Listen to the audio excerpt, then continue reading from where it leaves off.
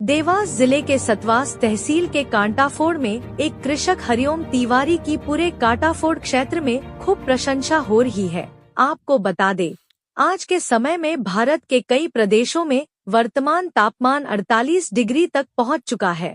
मानो तो धरती आग उगल रही हो जैसे। ऐसे में हर गांव में एक किसान और नागरिक एक पौधा लगाया जाए तो सैकड़ों पौधा लगा सकते हैं। सबकी सोच श्री तिवारी की तरह हो जाए तो पर्यावरण में बढ़ोतरी होगी और आने वाले युग में धरती का तापमान कम होगा, क्योंकि इस झुलसती गर्मी में एकमात्र स्रोत पेड़ पौधे ही है। जब हमने कृषक हरिओम तिवारी के खेत का रुख किया तो देखा कई पेड़ लगा रखे हैं अपने खेत में और उनकी देखभाल भी कर रहे हैं। वर्तमान में 10 से 15 फीट ऊंचे होकर लहलहा रहे हैं। सुनते हैं कांटाफोड़ के किसान हरिओम तिवारी की जुबान से।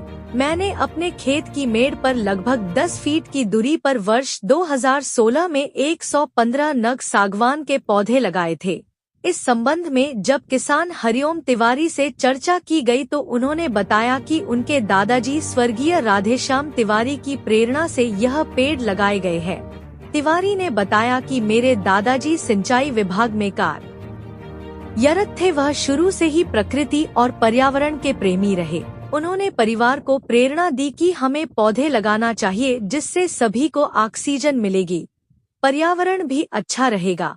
उनकी इसी प्रेरणा से मैंने वर्ष 2016 में सागवान के 115 नग पौधे अपने खेत की मेड़ पर लगाए थे। साथ ही नीम के भी कुछ पेड़ लगाए थे। उन पेड़ों की मैंने गर्मी में 3 वर्ष तक देखभाल की। वर्तमान में उनमें से तकरीबन 90 पेड़ जीवित है। उन पेड़ों की ऊंचाई 10 से 15 फीट के लगभग है। आपको बता दें, मध्य प्रदेश के पूर्व मुख्यमंत्री शिवराज सिंह चौहान ने भी एक संकल्प लिया था प्रतिदिन एक पौधा लगाने का। उनके इस प्रयास से प्रदेश में कई संस्थान और विभिन्न क्षेत्रों पर्यावरण को एक नया रूप दिया था। देखें LN परमार की रिपोर्ट।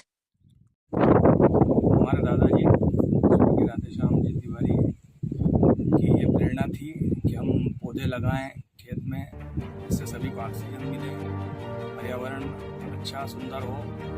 इसलिए हमने उनकी प्रेरणा से खेत की मेड़ पर लगभग 115 सागवान के पौधे लगाए थे वर्ष 2016 में। उसी के साथ नीम के पौधे लगाए थे, कुछ दूसरे पौधे लगाए थे। उनमें से सागवान के लगभग 90 वृक्ष अभी तक तैयार हो चुके हैं, जिनकी 10 से 15 फीट के लगभग हाइट में हो चुकी है। नीम के पौधे तैयार हो चुके हैं।